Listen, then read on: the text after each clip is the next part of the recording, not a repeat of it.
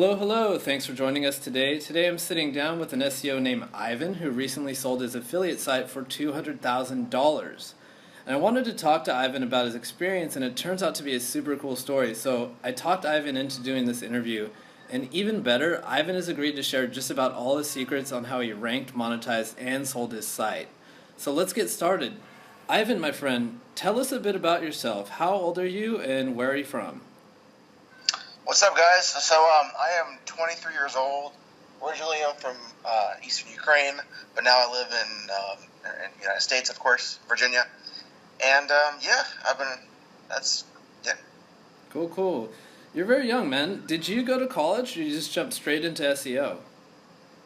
Yeah, funny thing about that, man. Well, I went to college, if you want to count it, I think it was 7 or 8 days, and then I left. And then I pretty much after that decided to go ahead and just find a way to make some money because I just thought it was such a pointless thing to do. Sure. Just not your thing. I get it. Have you held any jobs before you started SEO? Oh my god, man, just so many. Like, I lost count, dude. They're all shitty jobs. Any particular ones that stood out to you? In terms of good or bad?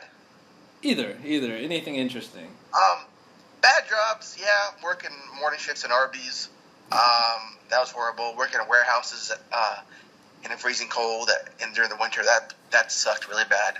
Probably the best jobs I've had were driving for Uber and for Lyft in Washington, D.C. You still can call that a job, but you get all the flexibility in the world to make some money, and I really enjoyed that. You get to talk to a lot of people and meet some really interesting individuals, and so yeah. Cool, man. Like, I have this curiosity. For some reason, like, I have curiosity about certain jobs, and one of them is being a taxi driver. So I have to ask you, do you have any crazy or funny stories from being an Uber driver? All right, so, man, I've always had some laughs here and there, but nothing really stood out in terms of funny. But crazy-wise, yeah. All right, so this happened this year, man. In April. At the end of April, I was just doing a really big week of just, riding back and forth between D.C. and the suburbs. And I picked up this guy in the Union Station, which is a train station in Washington, D.C., and I had to take him like an hour home. So really, really cool guy, very business-oriented. It's like 36 years old or so. Mm-hmm. And we start talking about business and cars and what I want to do. I'm sorry, it was my car. What I want to do with my life and stuff like that. And so it was a really good conversation. Then he brought up that he bought a new Ferrari. I was like, holy crap, dude, that's awesome. They showed me a picture and stuff like that, so I believed him. And then, like, as I'm approaching his house, he's like, hey, man, you want to check it out? I'm like, no problem, hell yeah. So he opens the garage, and there it was. I was like, holy shit, you are not lying. So he took it out, started it up, revved it a little bit. And I was like, wow, this is awesome, man. And he's like, you want to take it for a test drive? I was like, no bullshit, man. Yeah, you want to take it for a test drive? I'm like, dude, yes. What do I got to give you? My license? Some money? What do I got to do? He's like, no, just go down the street, man. So I went about 3-4 miles down the road to 7-Eleven, got myself sweet tea, came right back, and obviously in one piece. And it was like first time I ever drove a Ferrari, and let alone actually experienced being inside a Ferrari. And first time ever anyone has ever trusted me with anything that expensive in my life. So I was blown away. But I also made a friend, so that was, it was very, very, very interesting experience. That probably, by far, the craziest thing that happened to me being a driver. That's a freaking rad story, man. I definitely would have killed myself in that thing. But you're like a car dude, right? You really like sports cars, isn't that right?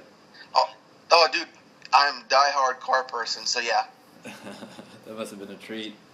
So let's talk a little bit about SEO. When did you get into SEO, and how did it happen? Yeah, I got into SEO probably, I can't really put my finger on exactly the date, but say late 2010, early 2011. I just started dabbling around with like affiliates, just doing random like funnels and affiliate stuff.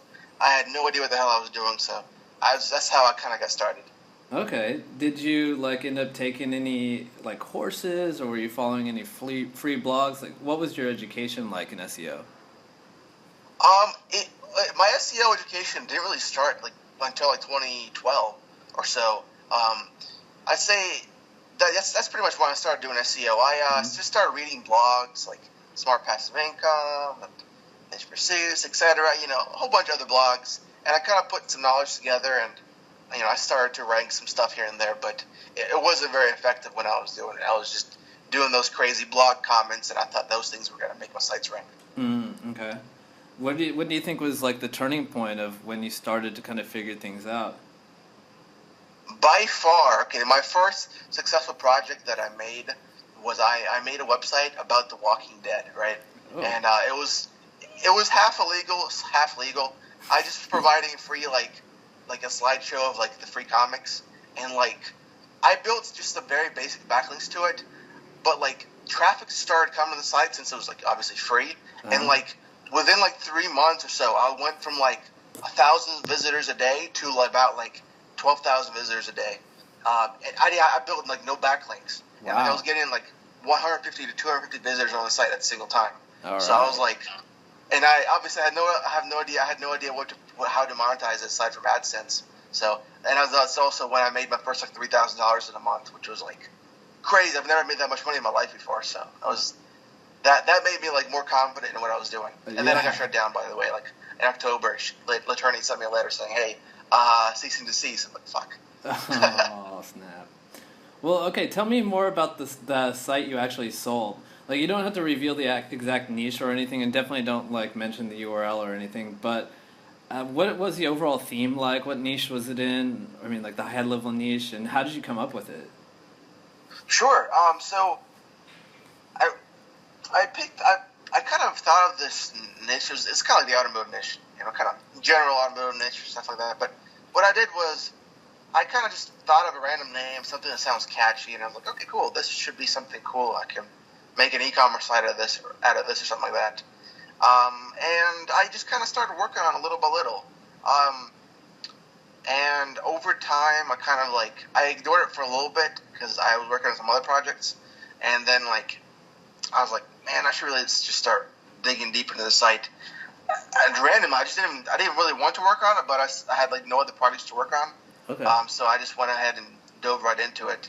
I was like, as long as if I could make $100 out of this thing in a month, I'd be satisfied. All right. And so I started following some other blogs like what do you call it, SourceWave and stuff like that. Mm-hmm. And I just started buying Fiverr gigs and other gigs to get site ranking, and I hit $100 a month within 2 months.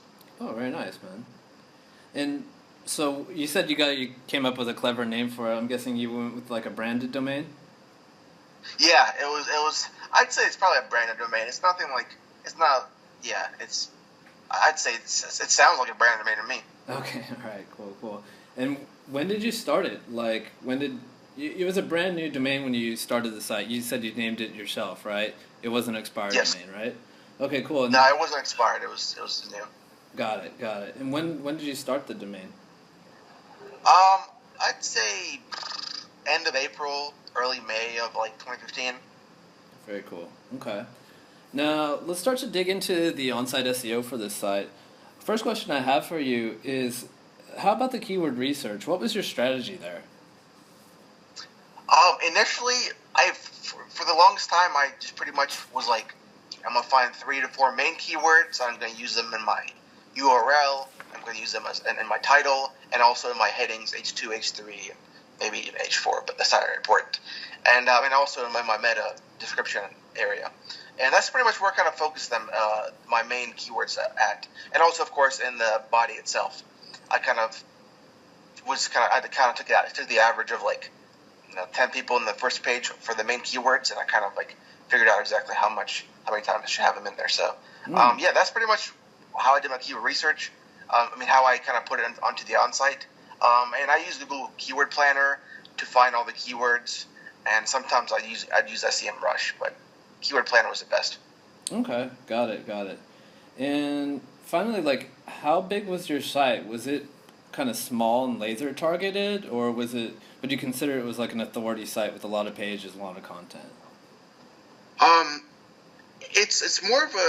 it's more of an authority site. It's not lazy. I made it a goal from the start to when I started actually getting traction that I want to go ahead and make this general. Not be like stuck with just one topic and then I couldn't expand from there. I want it to be like essentially about the whole category. It's Okay, got it. I think I understand. And like, give us a feeling. Like, how many pages of content did you have for the site, and did you end up writing it all yourself? Yeah. I'd say at this point, from the date I sold it, I had about 100 pieces of content, and I pretty much wrote it myself, like 99% of it. Wow. I outsourced a few pieces of content, but aside from that, I did it myself. I guess that's like one of the main advantages of being enthusiastic about your niche. Like, you can just plow out content. It's probably was really solid too. I have to say, yeah, I'm damn impressed. It was fun, man. I learned so much about the stuff that actually didn't find interesting at a glance, but after I did some research, I was like, holy crap, this is important. So yeah, it was awesome. Wow. Did you use any kind of outside help? Any VAs? No, man. I was intimidated by using VAs for a while, so I didn't ask for any VAs at all. I didn't feel comfortable. I didn't feel comfortable giving somebody else the ability to write content about cars. Yeah. So I thought I'd be able to write it the best. So I went ahead and just wrote it myself. Wow. So about how long were your articles? And I get this question a lot. Like, were you using pages or posts for your ranking content?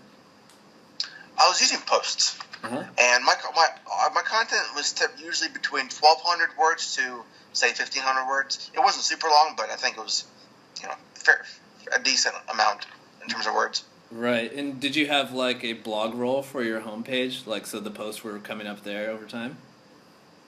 Yes. Okay, cool. Thanks for clarifying on that. I get this question a lot. Like, should I make my homepage a page or a post? And different size fits for every category, and obviously you were able to pull off a very big win going with the posts on front, and for some people they might want to go with the pages on front. So there's no one size fits all for sure. Yeah, I agree, man. And how often would you make a new post? I made it I wanted to actually push out all the content as fast as I could. So for a while I was doing 5 pieces of content a week, or if not more. But after things started to I started to getting tired of writing stuff. I kind of just made it about maybe 5 pieces of content a month. Yeah, fair enough. You're a beast, dude. Yeah, you're churning out the content. How about siloing? Did you apply any interlinking strategies, linking together pages, funneling around link juice? Yeah, man. I kind of started doing siloing after a few months the site has been running. So yeah, I just kind of opened up a notepad and I wrote down all the posts and stuff like that, and then I kind of put 3 to 4 to 5 related posts that are related to that one post, and then I kind of interlink things like that. I didn't make the perfect silos, but I think that interlinking kind of helped my rankings. I strongly believe that. I read your SEO guide, on-page SEO guide. That's pretty much how I implemented everything. Oh, cool. Yeah, I mean, it's basic stuff, and if you just shuffle around link juice to the most important pages, or even if you go full blast out, which it sounds like you did, just find anything related to anything and just get the link juice flowing everywhere, you'll see major benefits. I'm sure you saw the same, right? Yeah, definitely. I mean, I think one of the things that kind of proved that was out of all of my out of all the content I had on the site before I sold it, maybe 10 or 11 pages out of the posts out of those were getting some serious link juice, and everything else had no links whatsoever. Yet a whole bunch of other posts that had no links were ranking really, really well. So I think the interlinking and stuff like that played a big role. Dude, that's evidence right there. I mean, there's no reason a page would rank unless it had interlink juice flowing to it, So exactly, man. Nailed it. Can you share any other on-site SEO tips or golden nuggets that you've uncovered through this project? Sure. I'm trying to think. So interlinking, that's super crucial. You said the same thing. Let's see. Me being able to actually have, of course, like I said, a proper on-page kind of like, oh yeah, there it is. You mentioned this a while ago too, but I fixed this with my site because I realized I way over optimized my site for a while. I had it like one of those 1 or 2 word phrases, like 10 to 15% out of like the whole like article, right? And I went in there and I fixed that, and I believe that actually did also improve my rankings.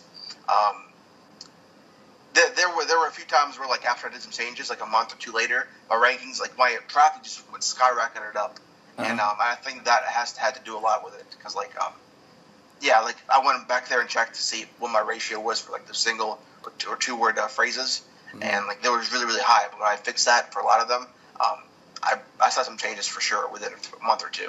Yeah, nice, man. Like keyword density. You're talking about keyword density, right?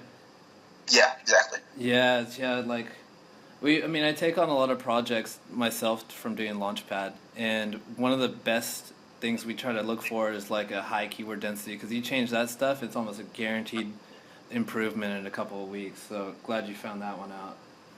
Okay. Yeah, for sure. I mean, also like you may write like I guess I don't know, like if you can read something or you can write something, but it's not until you go over the content again and you say, for instance, you do like the whole Control F and then find a single word throughout the whole article, and you see just how many times it is like in a single paragraph.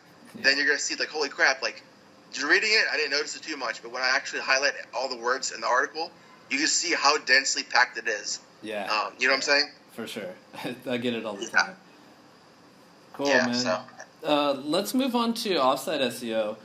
One of the most common questions I get related to offsite SEO is, what are the first links I send to my site? So I got the same question for you. Like, what were the first links you sent to this site? Yeah, so this back then when I started to actually do hardcore like SEO to the site, which was in December 2015. This is when I started finding out about the social signals, the domain authority stacks, etc. So that's pretty much what I made my goal to do, is send some domain authority stacks to the site. I use Source Market for that, and then I also started sending some social signals to various URLs. And then after that, I did a press release and even some local citations. And most of the things I sent to the homepage, but a few of those I sent primarily the domain authority stacks. I sent a few of those to like some of the main like guides or posts that I had on the site. Cool. And I did that for the first 2 months. Okay, I'm just gonna save myself the effort later. I'm gonna get about 1,000 messages about what source market gig you use for DA stacking. So can I get that from you later? Yeah, sure, man. Okay, sweet, man. Yeah, it's very interesting you started out with DA stacking. Like, I always consider it to be a lot of work for me, so I try to rank my sites with the normal stuff, PBN, citation, and press release, but if I get stuck, I'll hit it with the kitchen sink, which is like stacking and trust tiers and stuff like that. But you seem to have a gig for it, and that would just make everything a lot easier, right? So good on you for finding that. Yeah. How big were the stacks, and were they end up powered up with like GSA or anything like that? Yeah, so the stacks, I bought the highest level that the guy had, which was a stack of 40.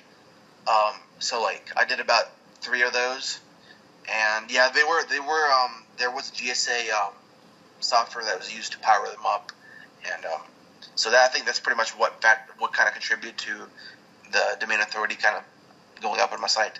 Oh, nice. Now, in our pre-call, like, I remember you mentioning you ended up finding some paid links from real sites with traffic and all that. How did you end up finding these kind of sites? It was all by accident, man. I was using Majestic to just kind of spy on my competitors' backlinks and stuff like that, and then I found a couple like just backlinks. There was like really, really high domain authority and really high page authority. I was like, how in the world does this little affiliate site have this link? So I went in there and I took a look, and it's like, oh, whoa, I can just give you money and you can put my link here. So I did that, and then what I did from there was I looked at all the other links on that page and see what other people had for their backlinks, and I found like 10 more after that. Oh, very nice. So you kind of reverse engineered your competition, found some links that were going to them that had like, I'm guessing they had like a donate to us, and then you can have your link here kind of thing, right? Yeah, exactly. Sweet. And then you reverse engineered some of the other guys that had links on that page, and you found even more, right? Yep, man. Yeah, So, that was like probably one of the biggest breakthroughs I had. I think that also contributed a lot to the domain authority because like those sites had like the trust flow and like citation flow like anywhere between 30 and like 70, and a lot of them were like do follow links too. okay, got it, got it. Very nice, man. Clever. Well, the whole reason we actually know each other is because I met you from being a Diggity Links customer. So you were indeed using PBNs, busted. How long did it take? Yep. How long did you wait before building PBN links to your site? So I from the get go, I was like, all right. I initially had like my own PBNs for other sites, but that failed. So I was like, all right, man, I'm not gonna do it myself, so I'm gonna hire somebody else to do it. So it took a while to find somebody, but like, I was like, all right, I'm gonna wait about 3-4 months max before I started pouring the PBNs, and that's why I did all the domain authority stacking and stuff like that to kind of get the kind of get like a base going since it was already for a new site. So yeah, I waited about 3-4 months, and I'd say I started putting PBNs to the site like in March 2015. No, sorry, 2016.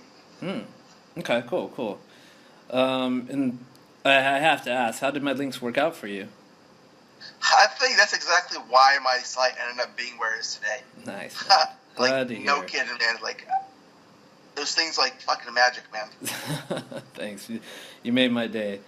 Do you mind telling us about your anchor text strategy? Sure, sure. So I followed yours on the guide you wrote, but I also kind of made my own up a little bit. What I did was like, it wasn't anything like, it wasn't well structured really, but like I pretty much just want to target like long tail kind of phrases, like, and that had a couple of like the main keywords in those phrases. Say like, let me give you an example. Say toasters, right? Type of best toasters, right? So I would have like top 10 toasters to buy for your kitchen. Okay. That would be the banker text, right? And I would have that like 50% of the time for individual posts. Another 25% or so would be like the URLs or like those like branded like links, like say besttoastercentral.com, right? So that would be that would be like 25% of my anchor text. And then like out of like 10 anchor texts that I'd pick, one of them would be like the exact match. So that's how I did it. Like I said, like long tail anchor text, then some brandable ones, then some random like click here ones, and then like 10% of the time I would have like the exact match. So that's it. Really interesting. So overall, it was pretty aggressive. I mean, even though you used exact match once, almost I don't know, a majority of your keywords had, or a majority of your anchors had keywords in them, right? Because you said you had a lot of long tail and just a little bit of, I don't know, branded kind of stuff. So that's cool. Like that just goes to show, what is Penguin looking at right now? Because if like most people would think, like Penguin rolls around, they're going to get you on the anchors, but you're really aggressive and you definitely survived Penguin. So that's a cool little point of knowledge there. Yeah, I mean, I didn't think I was so aggressive. I only used like exact match like once for the links and for each page. That's about it. Like everything else was like, it was just like long tail. But I also remember I used like those synonyms or like those like, is a different meaning for that same word, that kind of thing. Yeah. I did that quite a few times for other posts that I made. So like, I don't know what you call those, LSI keywords. Yeah, right. LSI keywords. I did that. So. Awesome. And okay, tell us about social signals. Like, did you use them? Did you buy them? Did you get them naturally from like a very active Facebook page, or did you like run any Facebook ads? What did you do for social? So yeah, I also used the same guy I got the domain authority stacks from for the social signals. And what he would do typically was like, you can pick a package, right? So I would typically go with like the 4 URL package, and like he would take the 4 different URLs. I'd give him like different anchor texts or like descriptions that I would have for the social signals, and then like he would drip feed them over the course of like 14 days. Got it. Okay. Awesome. Like each individual URL. Cool. Did you end up sending any other links besides the ones mentioned already, like blog comments or, I don't know, you said Web 2.0s are part of DA stacking, but did you do any like blog comments, directories, stuff like that? Yes, I think I had about 2 directory links. One of them, actually, third one is still pending, but the best of the webs. I know that's like you pay $150 for a year, and you can get a link there. So that's something else I haven't got to yet, but I think it's a really good directory to go to. I did have a few other directory links. They're like, you just pay $8, $10, and you get lifetime link there. And then I actually had probably maybe like 10 to 20 blog comments that I kind of went out there, manually searched through my competition, through Majestic. So I kind of made that. They were like random anchor texts, like with like various different names, like Steve, Josh, Zach. Like those are pretty much the URLs going to the site, the anchor texts going to the site. Right. Okay. I did that pretty much not to get link juice, but just to kind of, I don't know if this makes sense, but to diversify the anchor text ratio, like, I don't know, make it look natural. Yeah, absolutely. Makes sense. Did you end up, like, bothering tracking your follow versus no follow ratios on your links? I haven't, man. I didn't. I never even thought of that, really. I don't know what the importance of that is. I'm sure it's important, but I don't know what the importance is. I haven't tried doing that, though. I find it just makes things look a little bit natural. Like, there's going to be a good balance between follow and do follow links on any natural looking site. But you definitely pass the test anyways, because you're getting links from all different sources, and some of them are going to be follow versus do follow just naturally. So I think you got it. Like, you nailed it anyways. Yeah, man. I think more than half of my links are actually no follow, and that's primarily because I have like probably about like 20 to 30 like links from like what do you call it, those press releases, and a lot of those were no follow links initially. So like I think that kind of set me like half kind of at this point. You're absolutely right. That's one of the main awesome benefits of press releases. What did you do? Like, did you do any outreach or content marketing or whatever they're calling it these days? Did you do any of that? I haven't. I haven't. I know that's a really good strategy to implement. I've been scared to do it. I don't know who to reach out to. I didn't think my content is that great to where people would link out to me, but maybe it is that good. Maybe it's just me being, negative about my site in terms of like quality. But I know it's a good strategy to do, and I'm going to implement it in the future for sure. But I haven't done it for the site in the past. Gotcha. Well, hats off to the white hat folks that have figured out how to do this and scale it. Like, I'm intimidated by it myself, man. I'll tell you, just being honest. Yeah, hats off here too, man. That is some persistence right there. Yeah. Okay, cool. Let's talk about monetization. Like, how'd you monetize this bad boy? Sure. So, first thing I did was I placed Amazon affiliate codes on the site. That's pretty much it. And I did that for a while, and then I think like 6 months later, after I got the site's income to get the ball rolling, I added some AdSense in there. Okay, good old Amazon. Did you try any other methods like CPA? No, man. I'm not sure. Like, I couldn't think of how I could implement that in there.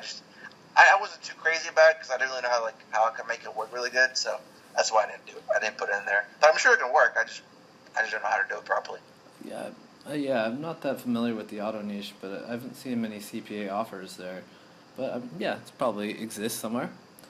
You can probably put like links to like Allstate or something or Geico and get some kind of commission off that. Sure, there you go, for sure.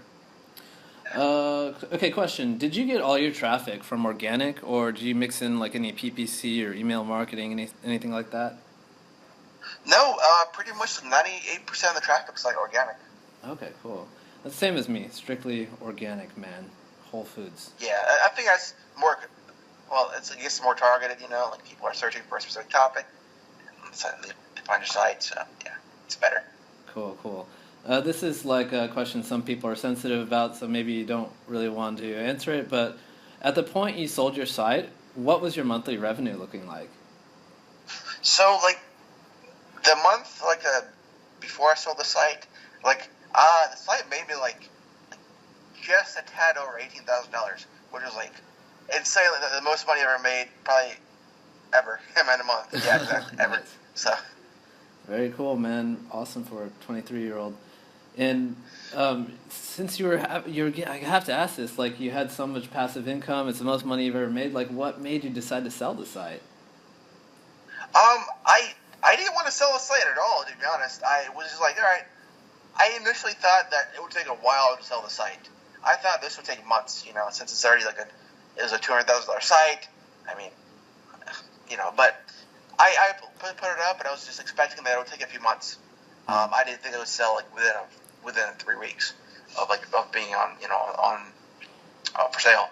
So, but yeah, I initially didn't want to sell it, but it just happened to sell. I was like, all right, whatever. It's time to work on a new project.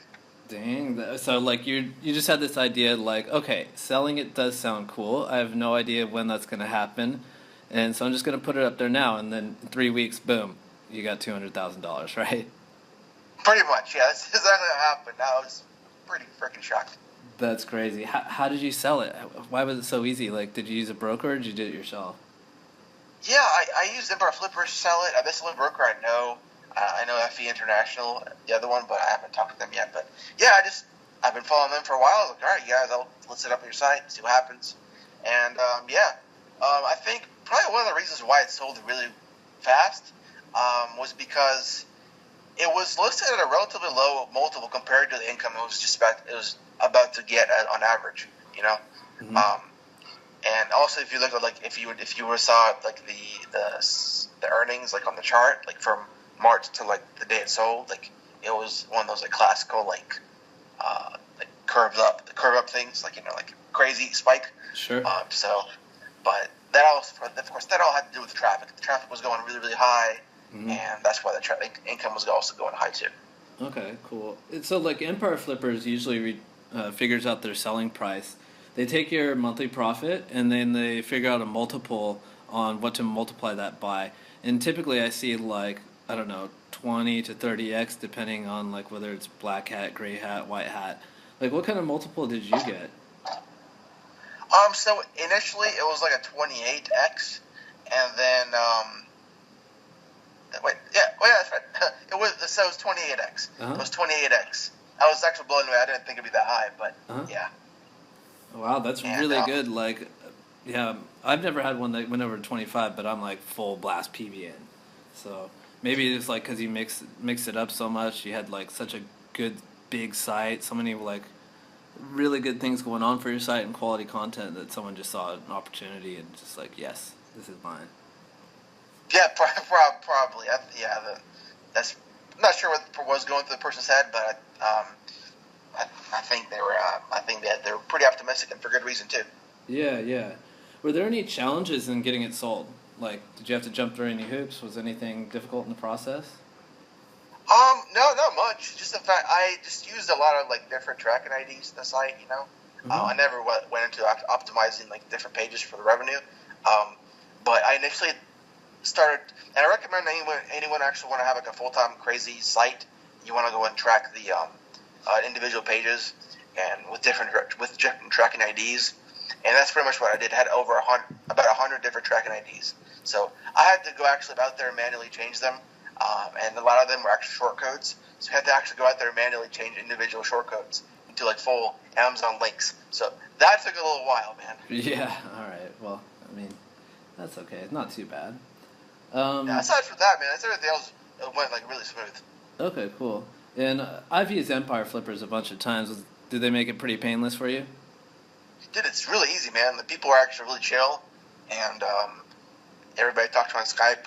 I would through the whole process was what's up, man? How's it going? They were just almost like a friend, pretty much like a friend. So it was really cool. They got that vibe to their company. Yeah, shout out to Joe and Justin from Empire Flippers.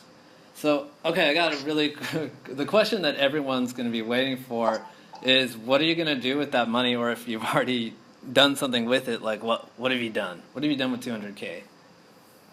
Okay, so for the $200K, I gotta clearly obviously put some money away for taxes, but aside from that, I wanted to get myself a car. I've been driving a Toyota Prius forever, since I was an Uber driver, but I finally pulled the trigger on a BMW.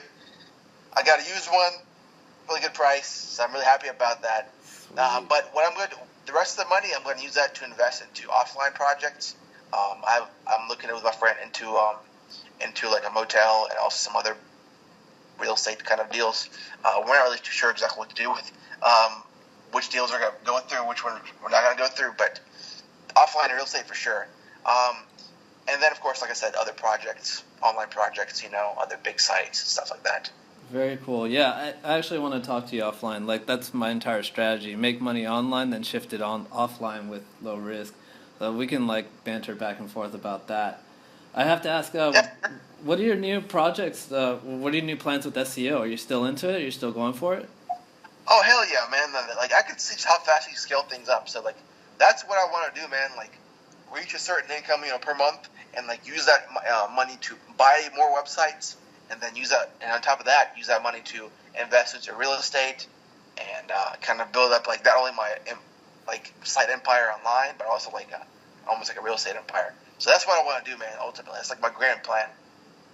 Awesome, awesome plan. Yeah, carry that momentum going forward.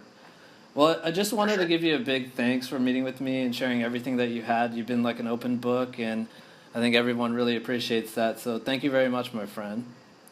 Yeah, no problem, man. I'm really happy to have this interview, man. I just hope that teach some people some really useful tips and Yeah, things. yeah, and thanks everyone for listening. Thanks for stopping by. I hope to do more of these case studies as I feel they're pretty helpful for the folks at like all levels, whether you're a beginner or you have some experience. Like even myself, I've personally never sold a site for as much as 200,000, so I've learned a lot from Ivan himself. So I hope you feel the same. Come back soon, and again, thank you very much, Ivan. Take care. Thank you.